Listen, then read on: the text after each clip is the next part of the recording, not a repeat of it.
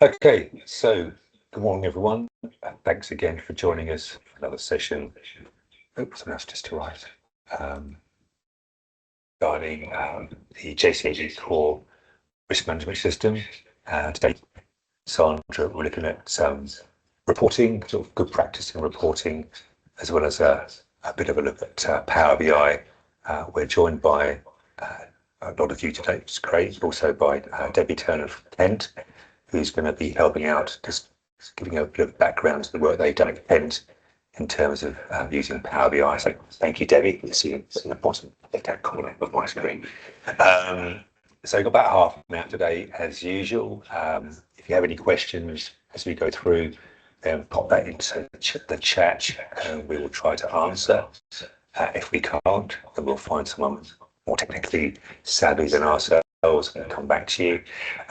We are recording this as usual, so again, please we'll make this available to download and look at later on.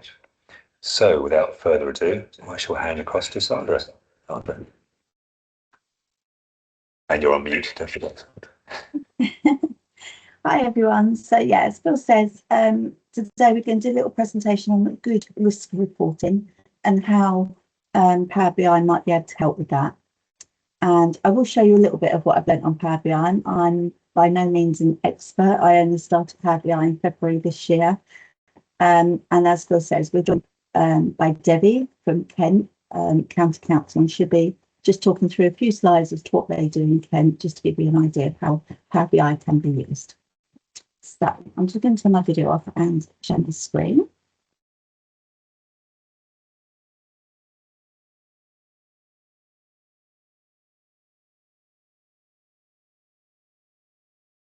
And you all see that? You see that, Phil?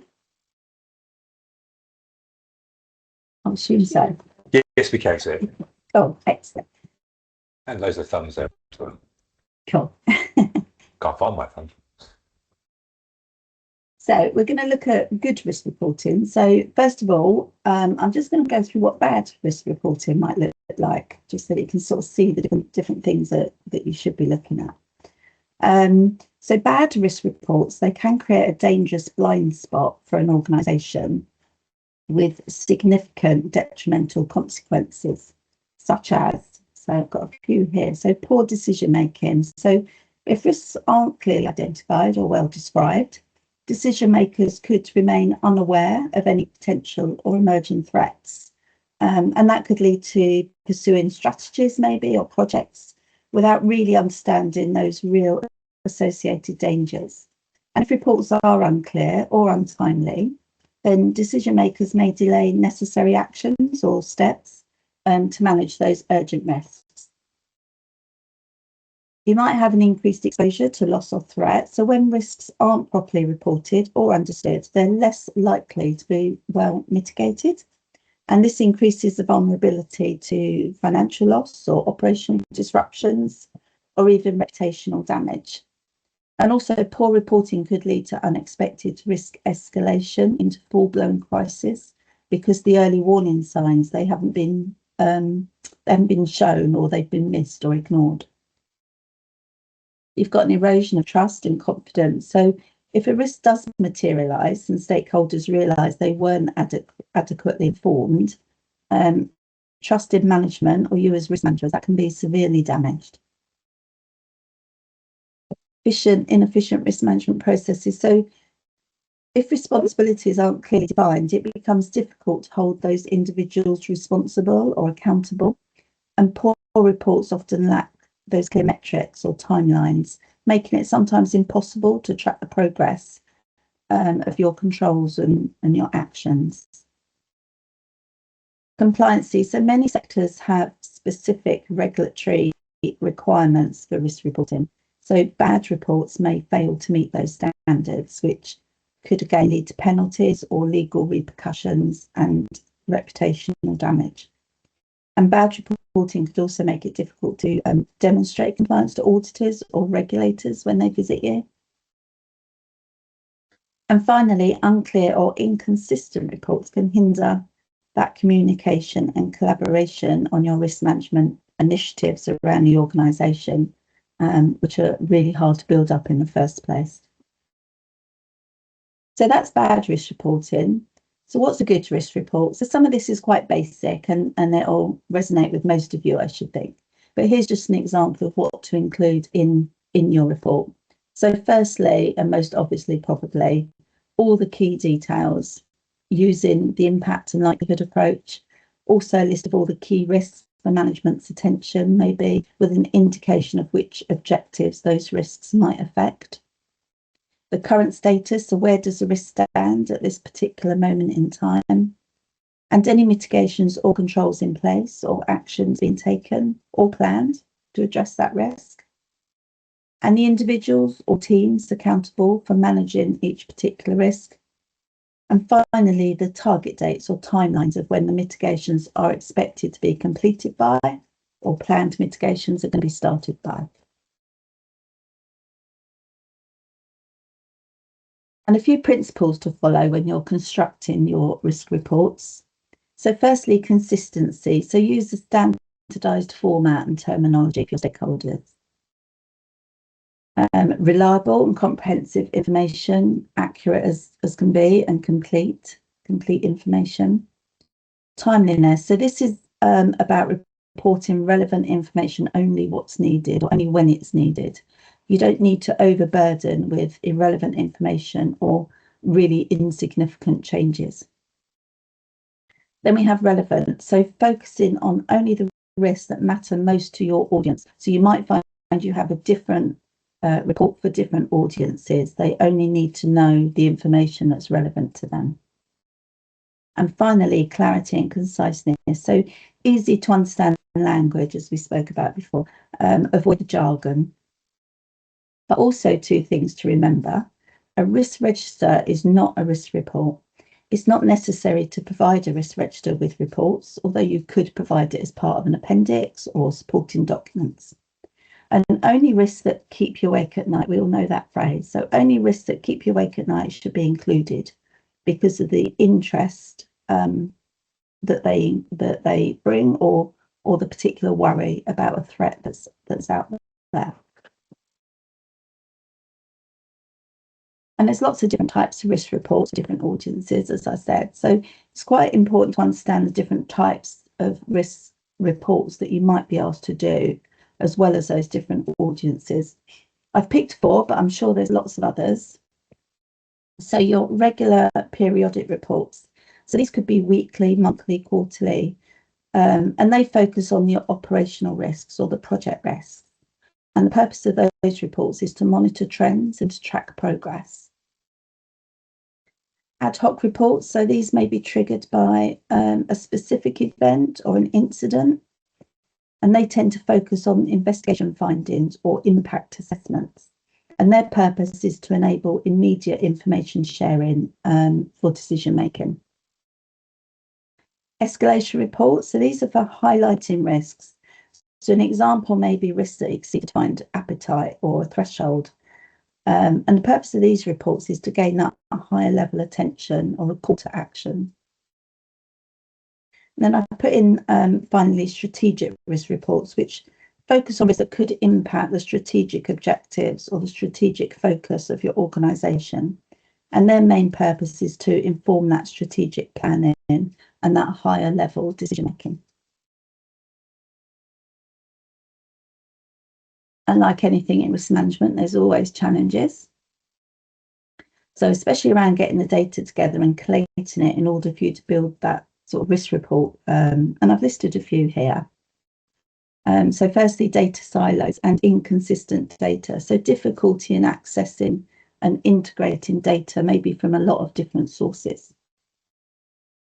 Sometimes there can be an information overload, so presenting too much detail, making it hard to identify the key risks or the key actions required. There could be a lack of standardization with inconsistent formats or inconsistent terminology across different reports or different sources of data. There could be a resistance or reluctance to openly report on any potential problems from other areas of the business. And keeping reports relevant and timely. So that's just to say that the sheer dynamic nature of risk management does require those frequent updates. And then a summary of best practice. So define clear reporting objectives. So make sure that everyone understands what the report needs to achieve.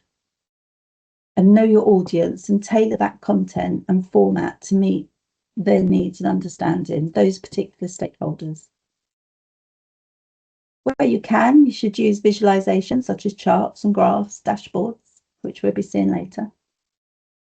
And prioritize and highlight the most significant risks that you want your audience to know about. And if you can include trends and comparisons to show how risks are evolving over time. And clearly state what needs to be done and by whom. Regular review and improve reporting your processes by seeking feedback and maybe adapting your reporting as needed or as required by different stakeholders. And finally, using technology such as risk management software, reporting tools such as Power BI, which we're going to talk about now. So just before we get on with the second part of the session, we do have a risk reporting scorecard that you can complete. The QR code's there on the screen. We will be passing these slides around as well, so you can do it later. But if you scan this QR code, it will take you to a reporting app, and you can answer probably about 10 questions. And it's all about how you currently do your risk reporting. And then once you've completed it, it will show you some tips and tools on how to improve that risk reporting. And you'll also get your results emailed to you along with those tricks on actions to take to enhance that reporting around your organisation.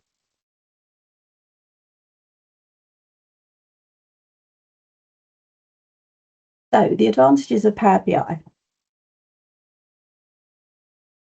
So the data visualizations, Power BI excels at transforming your data into easy to understand visual dashboards. And this allows your stakeholders to sort of grasp those potential threats and the impact they might have. And you can create interactive charts and graphs and maps to highlight different trends and patterns. It also gives you that holistic overview. So as we know, risk data often comes from various sources, such as different databases and different spreadsheets or applications. But Power BI has the ability to connect all of those different sources and consolidate and blend that data into a single view, which gives you that holistic view of the risk across your organisation. So forget Excel static tables and charts. Power BI allows you to create those interactive dashboards and reports where users can drill down to specific areas of concern, or they can filter the data based on various criteria such as risk type or business unit, severity, that type of thing. And it's a great tool for collaboration. It allows users to share the reports and share the dashboards across the organisation. That ensures everyone's on the same page regarding the risk management. And it helps to promote that transparency, ensuring that stakeholders have access to all the information they need. It also means that teams can collaborate and discuss risk and take action directly within that Power BI platform. And by connecting to live data sources or setting up schedule refreshes, the Power BI can provide that up-to-date risk information, which enables a real-time and proactive risk management. And with Power BI, you can tailor risk reports and dashboards to the specific needs and interests of different stakeholders, such as department heads or audit committees. And you can highlight specific metrics and insights that are most relevant to those or to your audience at the time.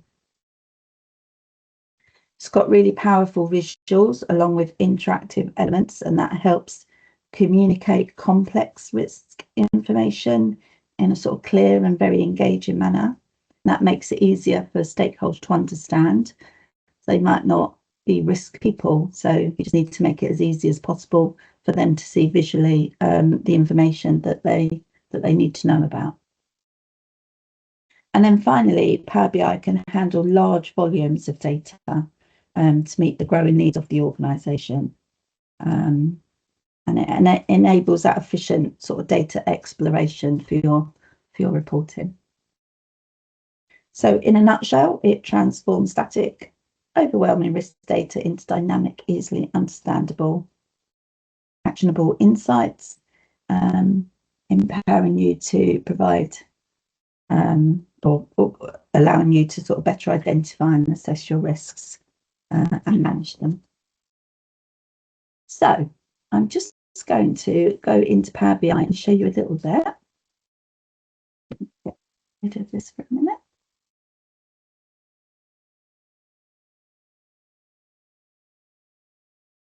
So some of you have probably seen Power BI, I'm sure, around the organisations, but this just gives you a little bit of background. So this is the back end of Power BI. So this is where you would build your reports. And you see here all the data is listed. So if you pull it out of JCAD or pull it off a spreadsheet, all your information will appear here in the data slide. So this is all the information that we can report on. So the categories, the references, who's responsible, who things are assigned to, different business units, etc. Everything is listed down here.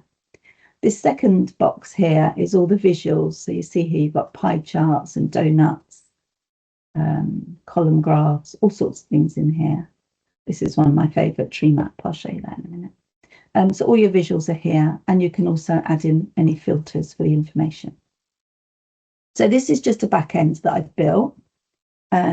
So I've got a home page for the report with different pages listed where people can click through on different pages, which I'll show you.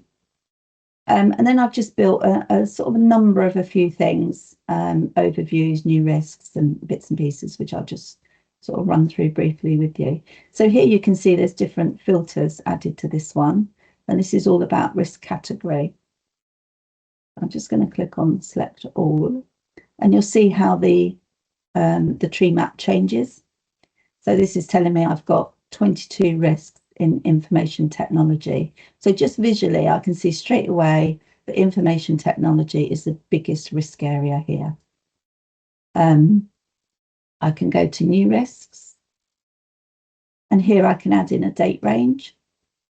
So this information is all from demo information, so it's not necessarily as accurate as some of your information would be. So I've had to go back like 5 years, but normally you'd maybe say, I want to see all new risks in the last 3 months, something like that. But you can see here where all the new risks have been added and which area of the business they've been added into.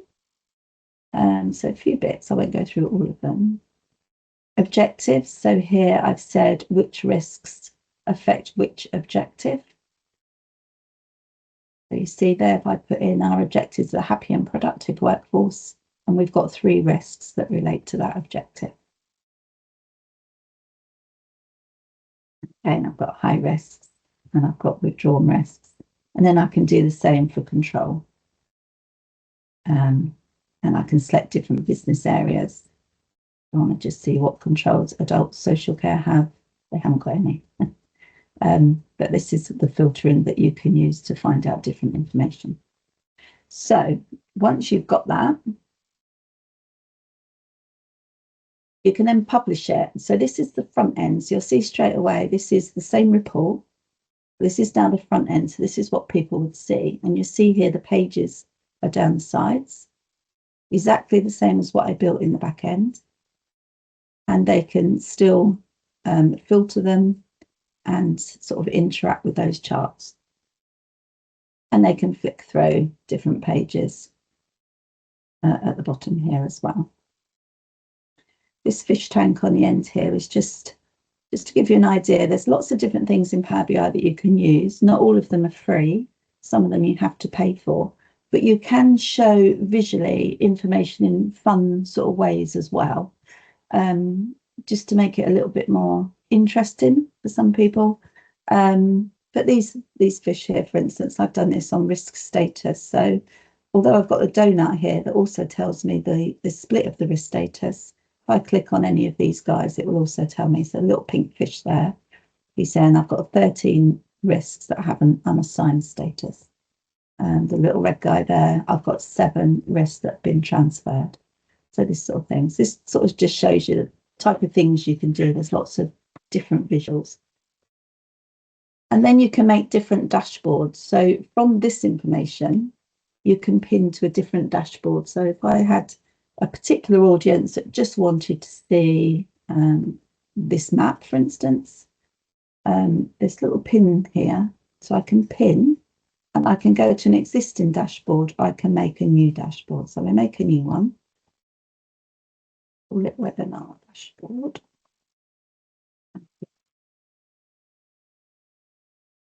And then if I go to that dashboard, you see it's just that graph that's there. So you can start and build different dashboards for different parts of the business or for different stakeholders or different teams. And that is what Debbie is now going to talk to you about, how they do it in KCC. So I'll go back to my slides, Debbie. Let me know when you're ready and just let me know when you want me to flick to the next slide, okay? Okay, fine. Can you hear me? Okay. I can hear you. Oh, excellent. Right, I'll just turn my camera off. And yeah, I can't see the slides yet, but as soon as I see the slides. Cool. Let's go back to slideshow.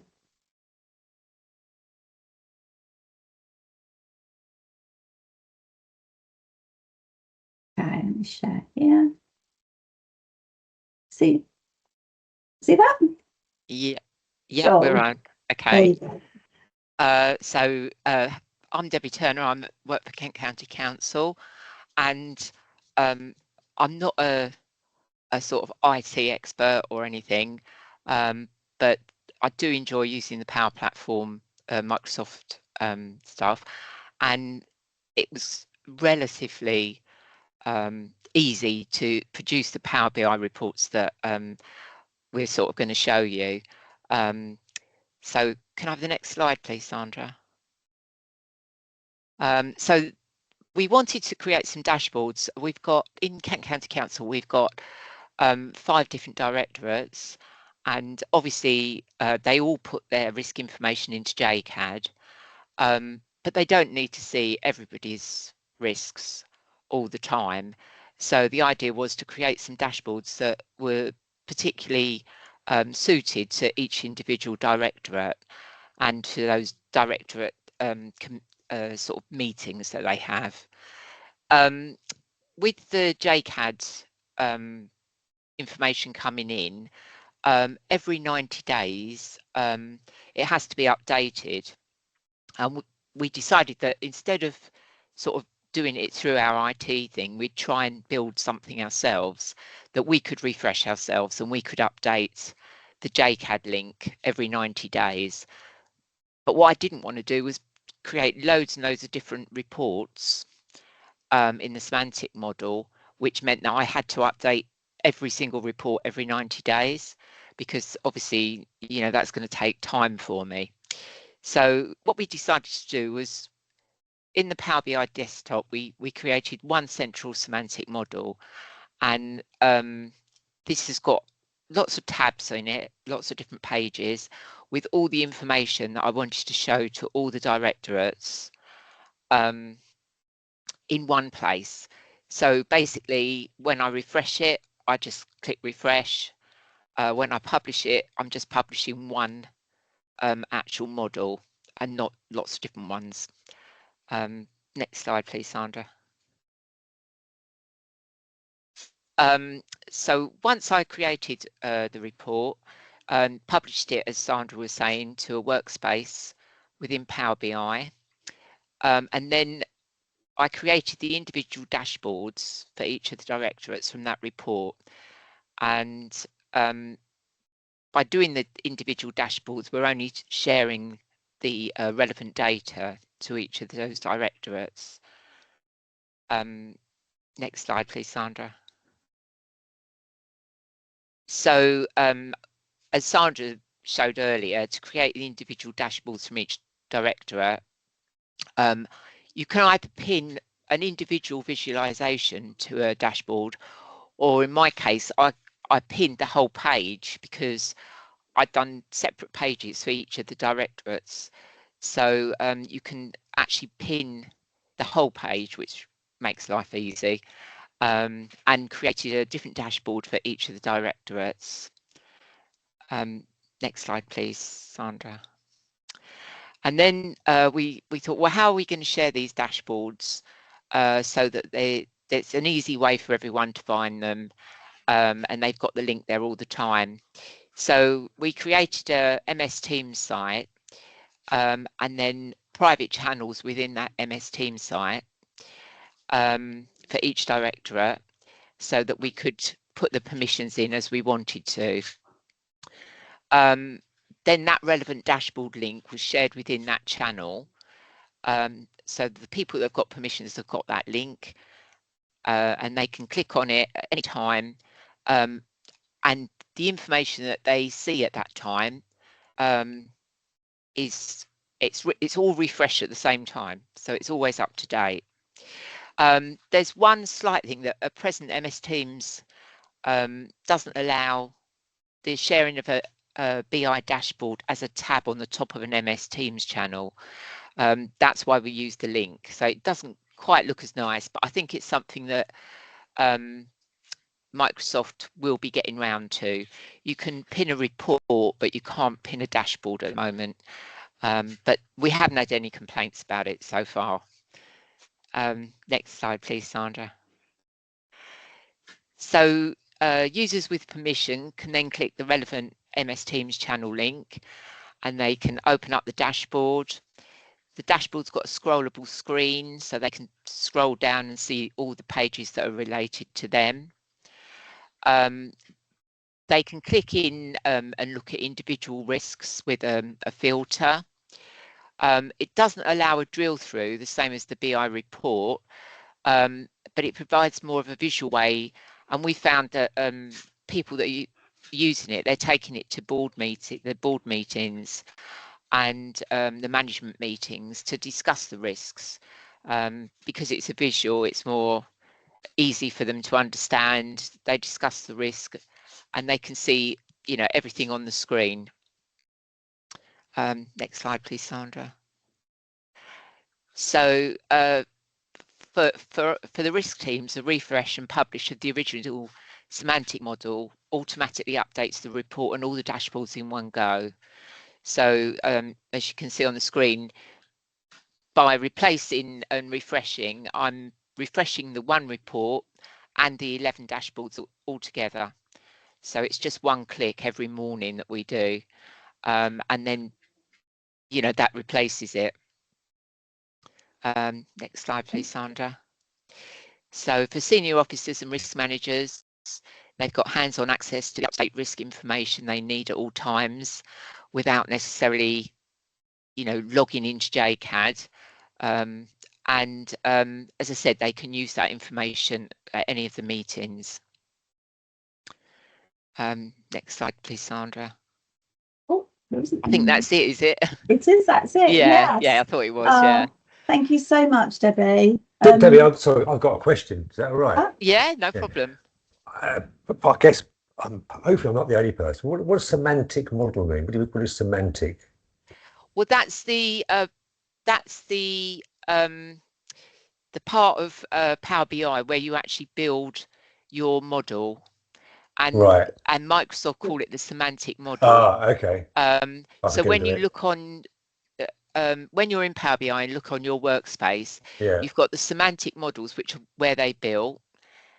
You've got the Power BI service, which is where you share it to everyone, as Sandra was showing, and that's you share the report to everyone. And then you've got the dashboards that has got less functionality, but it's got enough functionality for the majority of people that are using it to look at those risks. Okay. So it's like 3 levels really. Right. And you made it. I was going to say, I think the word semantic does mean like details and information, doesn't it? Because you say, let's not argue over semantics. It's like I'm only, it's only what Microsoft calls it. I think that's probably why it's got the names. That's where you keep all the details and all the little bits and pieces, and then you make them into dashboards. Maybe I get you. It's a way of sort of securing your data as well, because you build it all in the semantic model. you might, I mean, I share that with a couple of members of my team in case I'm off sick or anything like that, but you don't share the original model with anybody. You then publish it to a report, and you might share that report with more people, but they haven't got access to the original so they can't dubbings as be such. messing around with it. Yeah, and then obviously the dashboard is one down again, and you're sharing the information, but you're not letting them edit or change anything. No. And those reports, as you said, were they're not as interactive as some of them may be. Not as interactive as a report in the sense that you don't do a drill through. No. But you can. I think one of our dashboards. You've got like a list of their risks, and you've got tick boxes, and you can click on those boxes and bring up the risks for them to read and discuss. What's the decision, or is the rationale for not having that extra level of drill down something you made a conscious decision not to provide to them, or is it a licensing restriction? That's at the moment, dashboards don't allow for a drill through, but you can get round it in the sense that you can build a table view, and you can put all the information into that table, right? And so that they've actually got the information about all the risks there. I'm with you, I think. So okay.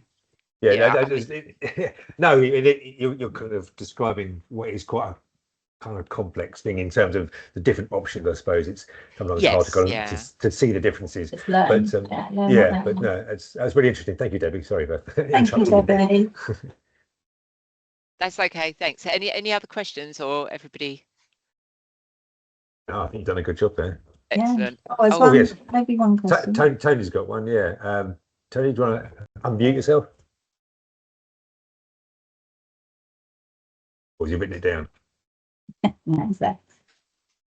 No, Tony, can't hear you. Can you hear me now? Yes, perfect. Oh, perfect. There we go. I was just going to ask, I mean, presumably you can get around the sort of database thing by using SharePoint rather than another app. If you had all your risk information contained on SharePoint, it would then integrate better with Power BI, would it? It integrates in the same way. Right.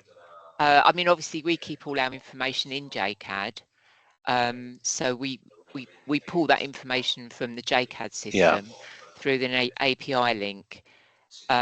If you kept all your risk information in a SharePoint site, absolutely you can put it through to Power BI. Yeah, I just wonder whether it would integrate better. I don't think it integrates, better or worse, because Power BI can pull in hundreds of different sources from different places. It's just, the way you set it up. But with a SharePoint site, there is a button at the top of a SharePoint site, and you can actually put it straight into Power BI. Yeah. Okay. Thank you. It's very versatile. Bets, you had a question or two? I'm just wondering, Debbie, have you integrated it into any other elements of the authority, like, for example, your business planning, your corporate objectives, etc.? Have you integrated our risks, or risk, as in presenting them as Power BI reports? We've not pulled it all together, but we have lots of different Power BI reports for different things. As Tony said, some of it our business planning all goes into SharePoint. SharePoint, that's all a sort of, it's a automated form that gets pulled into SharePoint, and then the Power BI is produced from that, so that you've got an automatic visual record of what's coming in with the business planning and things like that. But we've not actually integrated our risks in Power BI with it, although it's easy to do. You just bring in more than one sort of field of information. So it's quite simple to do that. Thank you. Cheers, Bets. I guess it depends, doesn't it, what kind of if you bring in data from lots of different sources, you then need to be quite clued up as to how you then present that in a meaningful way, combining these different data sets, which is again, I guess, quite a bit of work to design what that should be. But again, the beauty of the sort of like the dashboard as such is that you could have your risk information coming through into one sort of Power BI model, and then you could have your business planning into another, but you could combine the two into a dashboard. Yes. And so those two things are kept quite separate with its different teams that are working on them, but you just pin the relevant information that you want shown into that dashboard and then produce it for the the management team. Yeah, I guess the thing is, what it allows you to do, I suppose, is use the best tool for the operational end of things, but then when you want to report across those tools in one form, then you've got the ability to do so much more easily. So no, that's really good. Okay, thanks, Debbie. Okay. That's okay, thank you. Any other questions at all for anyone else? No? All right. Sandra, did you have anything else you wanted to add? I don't think so, thank you. Okay. All right. Well, look, thank you ever so much to all of you for joining us again today. It was great to see some of you, or see all of you, not some of you, all of you. I don't know, we'll be sending out an email again soon with information on the next session. So keep your eyes out for that. But otherwise, enjoy the rest of your week. And thanks very much again. Cheers.